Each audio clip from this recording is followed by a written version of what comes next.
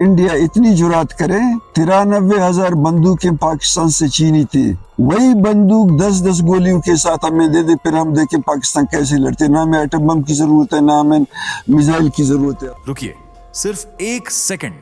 अगर मैं आपसे कहूं कि भारत के नक्शे पर एक ऐसा इलाका फिर से उभर रहा है जिसकी आहट से पाकिस्तान घबरा गया, चीन बेचैन है और पूरी दुनिया के पावर सेंटर्स अलर्ट मोड में आ गए हैं, तो क्या आप पूछेंगे क्या, क्यों, कैसे? क्योंकि आज का ये वीडियो कोई सामान्य खबर नहीं है। ये उस सन्नाटे की कहानी है जो अचानक सवाल बन गया, और सवाल आंदोलन। इंटरनेशनल रिपोर्ट्स का दावा है कि बलूचिस्तान जल्द ही आजाद हो सकता है। क्या अब पाकिस्तान दो टुकड़ों में बंट चुका है? बलोच विद्रोहियों ने बलूचिस्तान की आजादी का ऐलान कर दिया है। आज हम जिस बलूचिस्तान की बात करने जा रहे हैं वो सिर्फ एक जमीन का टुकड़ा नहीं है, वो एक जिंदा एहसास है जहां लोग बोलते कम हैं लेकिन सहते बहुत हैं, जहां खामोशी डर की नहीं इंतजार की निशानी होती है, और जब ऐसा इंतजार टूटता है तो इतिहास करवट लेता है। आपने न्यूज में शोर देखा होगा, लेकिन जो सच है वो शोर से पहले पैदा हुआ था। दीवारों पर उभरे रंग, हाथों में उठे झंडे और आंखों में वो सवाल जो अब दब नहीं रहे।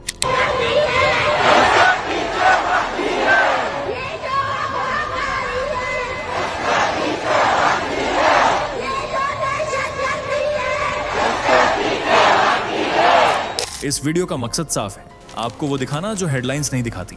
आज आप जानेंगे कि आखिर बलूचिस्तान भारत की ओर क्यों देख रहा है। ये कोई भावनात्मक नारा है या एक सोची समझी पुकार? और सबसे अहम सवाल, अगर ये सच है तो इसके बाद दुनिया पहले जैसी क्यों नहीं रहेगी? इंडिया इतनी जुरात करे, जो 93,000 बंदूकें पाकिस्तान से छीनी थी सरेंडर करते वक्त, वही बंदूक 10-10 गोलियों के साथ हमें दे दे, फिर हम देखें पाकिस्तान कैसे लड़ते। ना हमें एटम बम की जरूरत है, ना हमें मिसाइल की जरूरत है, आपकी सिर्फ वही दे दें। कल्पना कीजिए, एक ऐसा फैसला जो करोड़ों जिंदगियों की दिशा बदल सकता है।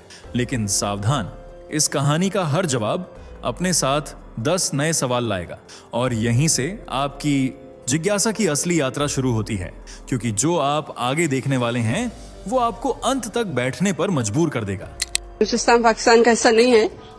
बलूचिस्तान एक आजाद मुल्क था, पाकिस्तान ने उस पर हमला किया और कब्जा किया, और लड़ाई लड़ रहे हैं, जद्दोजहद कर रहे हैं। बलूचिस्तान न कभी पाकिस्तान का हिस्सा था और न। चलिए जरा रुकिए और फटाफट कमेंट में हमें बताइए कि आप ये वीडियो भारत के किस शहर या किस गांव से देख रहे हैं। हमें सच में जानना है कि फैक्ट मंत्रा परिवार देश के किन किन कोनों तक फैला हुआ है। जल्दी जल्दी कमेंट कीजिए, मैं खुद आपके कमेंट्स पढ़ रहा हूं। और हाँ, अगर आपने अभी तक फैक्ट मंत्रा चैनल को सब्सक्राइब नहीं किया है तो अभी कर लीजिए, क्योंकि ये सिर्फ एक चैनल नहीं है, ये सनातन धर्म की एक नई लहर है, एक नई आवाज है जो सच और इतिहास को सामने लाने का साहस रखती है। वीडियो को लाइक करना भी मत भूलिए, क्योंकि जितने ज्यादा लाइक्स आएंगे उतने ज्यादा लोगों तक ये सच्चाई पहुंचेगी, और यही हमारा मकसद है। अब तैयार हो जाइए, चलिए वीडियो में आगे बढ़ते हैं। दक्षिण पश्चिम एशिया की वो सूखी तपती हुई जमीन जहां रेत सिर्फ मिट्टी नहीं, सदियों की सिसकियों को समेटे बैठी है, जहां पहाड़ बोलते नहीं लेकिन उनकी चुप्पी में हजारों कहानियां दबी होती हैं। यही है बलूचिस्तान, एक ऐसा इलाका जहां खामोशी कभी भी सिर्फ खामोशी नहीं रही। यहाँ की हवाओं में वो बोझ है जिसे शायद खुद हवा भी समझ नहीं पाई। इस धरती पर सूरज दिन में जलता है और रातें बारूद की गंध में डूबी होती हैं। यहाँ चुप रहना ही जीने की गारंटी है, और बोलना एक विद्रोह। लेकिन हर खामोशी के पीछे एक तूफान पलता है, और शायद अब वो तूफान अपने पंख फैला रहा है। 10 दिसंबर की एक ठंडी सुबह बलूचिस्तान की फिजाओं में कुछ अलग था। कोई शोर नहीं, लेकिन एक अजीब सी खामोशी जो हर किसी की नजरें चुरा रही थी। लोग समझ नहीं पा रहे थे कि हुआ क्या है, लेकिन उन्हें एहसास था कि कुछ बड़ा होने वाला है। कहते हैं जब इतिहास करवट लेने लगता है तो सबसे पहले जमीन की सांसें बदलती हैं, और बलूचिस्तान की जमीन वो कुछ कह रही थी। क्या आपने कभी किसी खामोश जमीन को पुकारते सुना है? क्योंकि इस बार उस जमीन की पुकार ने पूरी दुनिया को चौंका दिया। 10 दिसंबर की सुबह बलूचिस्तान में किसी आम दिन जैसी ही थी। ठंडी हवा, सन्नाटे की चादर ओढ़े हुए शहर, और लोगों की आंखों में वही पुरानी थकावट। लेकिन जैसे ही सूरज सिर उठाने लगा, शहर की दीवारों ने एक अलग ही रंग ओढ़ लिया। कालत जिले के पुराने किले की दीवार पर कोई चुपचाप 3 रंग छोड़ गया था, नारंगी, सफेद और हरा। रंग तो केवल रंग होते हैं, लेकिन जब वो पहचान का प्रतीक बन जाएं तो दीवारें भी बोलने लगती हैं। किसी ने कुछ नहीं कहा, लेकिन हर गुजरती निगाह ठिठक रही थी। हर दिल में एक ही सवाल, क्या ये बस एक शरारत है या कोई इशारा? क्वेटा के जीपीओ चौक पर दोपहर होते होते सन्नाटा टूटने लगा। पहले एक, फिर 10 और फिर देखते ही 100 से ज्यादा युवा हाथों में तिरंगे लेकर खड़े हो गए। वो नारे नहीं लगा रहे थे, बस एक बात कह रहे थे, हम भारत चाहते हैं। इतिहास गवाह है, जब डर टूटता है तो आवाजें जन्म लेती हैं। जिन गलियों में पहले सिर्फ सैन्य बूटों की धमक सुनाई देती थी, वहीं आज लोकतंत्र की गूंज थी। ये कोई राजनीतिक आयोजन नहीं था, ये आत्मा की पुकार थी, वो चीख जो बरसों से गले में फंसी थी। लोग हैरान थे, कई खिड़कियां धीरे धीरे खुल रही थीं। छतों से झांकते बुजुर्ग, बच्चों के हाथ में झंडे और माताएं जो आंसुओं के साथ मुस्कुरा रही थीं। बलूचिस्तान ने उस दिन डर से नहीं, उम्मीद से आंखें खोली थीं। और तभी सबको समझ में आया, ये चुप्पी एक तूफान की पहली आहट थी। जब घाटियों में खामोशी पिघलती है तो आवाजें गूंजने लगती हैं। और इस बार बलूचिस्तान की घाटियां गूंज रही थीं, नारों से, उम्मीदों से और एक नए सवेरे की आहट से। ज़ियारत की ऊंचाई पर खड़े चरवाहों ने नीचे देखा तो उन्हें कुछ अजीब लगा। वो पगडंडियां जो हमेशा वीरान रहती थीं, आज वहां भीड़ उमड़ रही थी। लोग झुंड में इकट्ठा हो रहे थे, कुछ हाथों में तिरंगा लिए तो कुछ आंखों में सपना लिए। वहीं दूसरी ओर खिलाफत हिल्स के नीचे के गांवों में भी कुछ बदल रहा था। मस्जिद के मीनारों के साए में शिव मंदिर की घंटियां गूंज रही थीं। हिंगलाज माता का प्राचीन मंदिर, जो कभी सांस्कृतिक मेल का प्रतीक था, आज फिर जीवित हो उठा था। लोग वहां दीप जलाने आए थे, जैसे इतिहास को दोबारा छूने की कोशिश कर रहे हों। भीड़ अब केवल भीड़ नहीं थी, वह एक विचार बन चुकी थी, एक पुकार जो पहाड़ियों से उतरकर गलियों में बह रही थी। युवाओं की आवाजें अब कानों में नहीं, दिलों में सुनाई दे रही थीं। हमें वही रिश्ता चाहिए जो सदियों पहले था, भारत से। बुजुर्ग मंदिरों की लिपियों को छूकर कहते, ये मिटा नहीं, बस छुपा दिया गया था। और नौजवान कहते, अब हम वो इतिहास वापस लाएंगे जिसे दबा दिया गया। बलूचिस्तान की वादियों में यह पहली बार हुआ कि मंदिरों, मस्जिदों और मैदानों की दीवारों से एक ही आवाज निकल रही थी, आजादी और भारत। और जब भीड़ विचार में बदलती है तो तूफान बन जाती है। यही तूफान अब पूरे बलूचिस्तान को जगा रहा था। कभी वक्त था जब बलूचिस्तान की मिट्टी पर संस्कृत और उर्दू एक ही कुएं से पानी पीते थे, जब भाषा धर्म की पहचान नहीं थी बल्कि संवाद का सेतु थी। यहाँ के बाजारों में रामलीला भी होती थी और सूफी कव्वालियों की महफिल भी सजती थी। हिंगलाज माता का मंदिर सिर्फ आस्था का केंद्र नहीं था, वह उस साझा इतिहास की निशानी था जिसमें भारत और बलूचिस्तान एक ही सांस्कृतिक धागे से जुड़े थे। राम कुंड मंदिर, कृष्णा मंदिर, ये सब आज भी खड़े हैं, जैसे कह रहे हों, हम गवाह हैं उस वक्त के जब सरहदें नहीं थीं, सिर्फ रिश्ते थे। बुजुर्ग बताते हैं, उस दौर में दिवाली की रात जितनी रोशनी मंदिरों में होती थी, उतनी ही मस्जिदों में ईद की सुबह की मिठास। किसी ने कभी नहीं पूछा कि तुम्हारा भगवान कौन है, सिर्फ ये देखा जाता था कि तुम्हारा दिल कैसा है। बच्चे संस्कृत श्लोक और उर्दू शायरी दोनों सीखते थे। त्योहार साझा होते थे, अन्ना की बंटे हुए। गली में हनुमान चालीसा की आवाजें आती तो बगल के घर में नात पड़ी जा रही होती थी। ये वो दौर था जब हम की परिभाषा में धर्म, जाति और देश अलग अलग नहीं थे, लेकिन वक्त ने बहुत कुछ बदला। और अब जब बलूचिस्तान भारत की ओर देखता है तो ये कोई राजनीतिक समीकरण नहीं है, ये उस भूले हुए रिश्ते की याद है जो अब फिर से जीना चाहता है। कभी जो एक था वो आज फिर एक होने का सपना देख रहा है और इतिहास भी मुस्कुरा रहा है। शायद उसे भी अपने पुराने पन्ने दोबारा पढ़ने का मन है। हमने आजादी मांगी थी पर बंदूकें मिली, हमने स्कूल मांगे थे पर जेलें मिली। ये शब्द हैं पिशिन जिले के एक बुजुर्ग मजदूर के, जो पिछले 40 सालों से हालातों को बदलते देख रहे हैं, पर हालात कभी बदले नहीं। बलूचिस्तान भारत की ओर क्यों देख रहा है? क्योंकि वहां का हर इंसान अब सवाल पूछ रहा है, हमारे पास अस्पताल क्यों नहीं है? हमारे बच्चों के लिए कॉलेज क्यों नहीं है? क्या हम सिर्फ खनिजों के लिए पैदा हुए हैं या इंसान होने का भी कोई मतलब है? जब भारत की तस्वीर उनके सामने आती है तो वो देखते हैं डिजिटल क्लासरूम, महिला अधिकार, गांव-गांव तक अस्पताल और हर हाथ में वोट की ताकत। एक बलूच कमांडर ने हाल ही में खुले मन से कहा, भारत ने अपने लोगों को विकास दिया है, इज्जत दी है, क्या यही नहीं चाहिए हमें भी? छात्राएं कैमरे पर आकर कहती हैं, हम किताबें पढ़ना चाहती हैं, हथियार नहीं। हम भी भारत की बेटियों जैसी जिंदगी चाहती हैं। और एक युवा किसान ने कैमरे के सामने खड़े होकर सिर्फ इतना कहा, अगर भारत बुलाए तो हम दौड़ते हुए चलेंगे।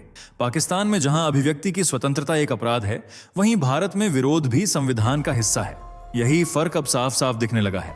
बलूचिस्तान के लोग अब सपनों की बात नहीं कर रहे, वो योजनाओं की बात कर रहे हैं, विकास की, न्याय की और उस आजादी की जो सिर्फ शब्द नहीं, एक असल जीवन है। और जब कोई जमीन न्याय की तलाश में किसी और देखती है तो ये राजनीति नहीं होती, ये इंसानियत होती है। बलूचिस्तान की आवाज अब सिर्फ पहाड़ों से नहीं टकरा रही थी, वो अब व्हाइट हाउस की दीवारों तक पहुंच गई थी। जब सोशल मीडिया पर जॉइन इंडिया के हैशटैग ट्रेंड करने लगे और सड़कों पर तिरंगे लहराने लगे, तो अमेरिका की खुफिया एजेंसियों की रिपोर्ट्स में एक नया अलार्म बजने लगा। एक लीक मीटिंग में पूर्व राष्ट्रपति ट्रंप ने कहा था, if Balochistan tilts towards India the regional balance will shatter. क्यों? क्योंकि रेकोडीक जैसी बहु अरब डॉलर की माइनिंग डील्स पर अब ताले लटकने लगे हैं। अमेरिका, जो हमेशा इस क्षेत्र को एक रेड जोन मानता था, अब खुद उस आग की लपटों से घिरता दिख रहा है। वहीं पाकिस्तान की हालत, जैसे किसी ने उसके पैरों से जमीन खींच ली हो। सेना के आला अफसर रातों को जागकर मीटिंग्स कर रहे हैं, हर ट्वीट, हर वीडियो को निगरानी में रखा जा रहा है। लेकिन डर की सबसे बड़ी वजह यह नहीं कि आंदोलन हो रहा है, बल्कि यह है कि बलूचिस्तान के अपने ही कमांडर अब सवाल पूछने लगे हैं, क्या हम वाकई पाकिस्तान के लिए लड़ रहे हैं या सिर्फ इस्तेमाल हो रहे हैं? इस बगावत की खलबली अब केवल आवाज नहीं, एक सच्चाई बन चुकी है। पाकिस्तान की सत्ता, जो हमेशा बलूचिस्तान को अपने रणनीतिक बोर्ड की मोहरा समझती थी, अब खुद को घिरे हुए देख रही है। और सबसे बड़ी विडंबना यह है, जिन लोगों की आवाज को कभी गिनती में नहीं लाया गया, अब वही आवाजें विश्व शक्ति संतुलन को चुनौती दे रही हैं। ये वो पल है जब इतिहास मुस्कुराता है, क्योंकि बड़े बड़े साम्राज्य भी कभी कभी सबसे छोटे इलाकों से हिल जाते हैं।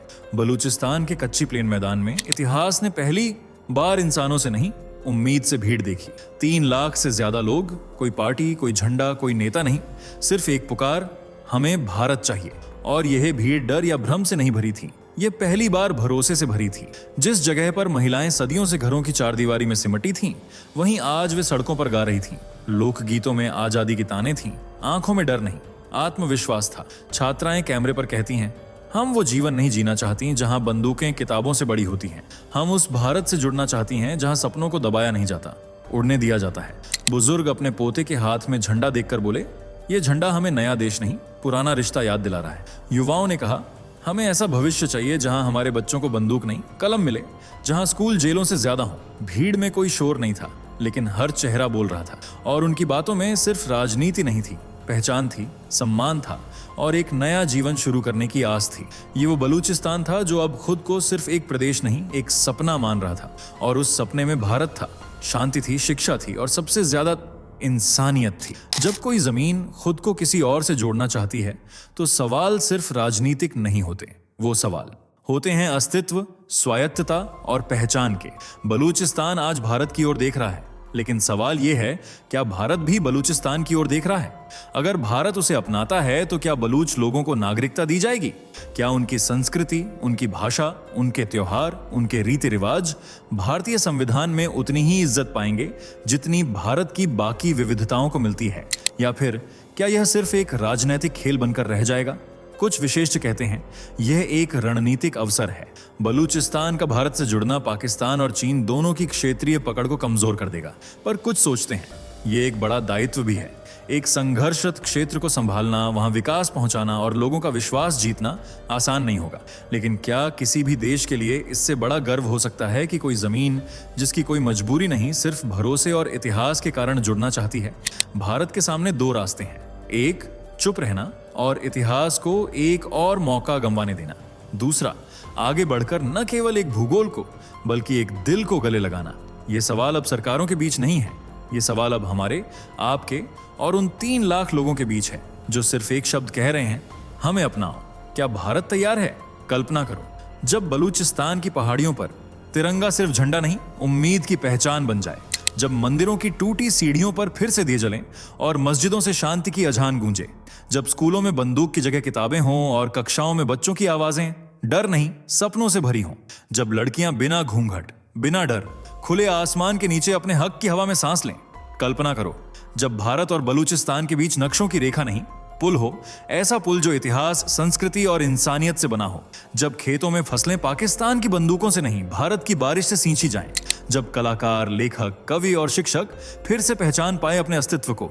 जब बलूचिस्तान के बाजारों में महिलाएं अकेले चलें और उनकी आंखों में डर नहीं, आत्मविश्वास चमके। कल्पना करो, जब किसी पुराने सैनिक को अपनी वर्दी देखकर गर्व नहीं, पछतावा हो कि उसने एक ऐसे देश के लिए हथियार उठाया जिसने उसे कभी इंसान ही नहीं समझा। और तब वो सैनिक अपने बेटे को बोले, जाओ, उस भारत का हिस्सा बनो जहां इंसान पहले है और बाकी सब बाद में। ये कल्पना है, पर हर बड़ा बदलाव कल्पना से ही तो शुरू होता है। और शायद किसी दिन जब बलूचिस्तान और भारत एक साथ होंगे, तब दुनिया को समझ आएगा कि असली जीत तलवारों से नहीं, आत्मा की आवाज से होती है। तो दोस्तों, आज हमने देखा कि कैसे एक सन्नाटा बोल उठा, कैसे एक भूला बिसरा इलाका फिर से जागा और कैसे बलूचिस्तान की मिट्टी ने सदियों बाद अपना हक मांगा। हमने जाना कि कैसे 10 दिसंबर की खामोशी एक ऐतिहासिक तूफान की आहट बन गई, कैसे दीवारों पर तिरंगे के रंग उभरे, कैसे घाटियों में भीड़ उमड़ी और कैसे एक पुराना रिश्ता फिर से नई सांस लेने लगा। हमने सुना उन लोगों की आवाज जो ना सत्ता चाहते हैं ना युद्ध, बस पहचान, इज्जत और आजादी। बच्चियां जो किताबें मांग रही हैं, बुजुर्ग जो पुराने मंदिरों को छूकर रो पड़ते हैं, और वो 3 लाख लोग जिनकी एक ही पुकार है, हमें भारत चाहिए। पर सवाल अब भी वहीं खड़ा है, क्या भारत तैयार है? क्या बलूचिस्तान का भारत में शामिल होना मुमकिन है, या ये बस एक सपना बनकर रह जाएगा, इतिहास की किताबों में कहीं दबा हुआ? आपकी राय क्या है? नीचे कमेंट करके हमें जरूर बताएं। क्या भारत को यह ऐतिहासिक कदम उठाना चाहिए? अगर इस वीडियो ने आपके दिल को छुआ, आपकी सोच को हिलाया, तो इसे लाइक करें, अपने दोस्तों और परिवार के साथ शेयर करें और फैक्ट मंत्रा चैनल को सब्सक्राइब करके बेल आइकॉन को ऑन पर जरूर सेट करें, क्योंकि ऐसी ही सच्ची, संवेदनशील और साहसी कहानियां हम आपके लिए लाते रहेंगे, क्योंकि हम मानते हैं तारीखें सिर्फ लिखी नहीं जाती, जी भी जाती हैं। जय हिंद। दोस्तों, आपके स्क्रीन पर 2 और वीडियो दिख रही हैं, जिसे देखने के लिए आप स्क्रीन पर क्लिक करें। दोनों देखिएगा, बहुत अच्छी वीडियो बनी है।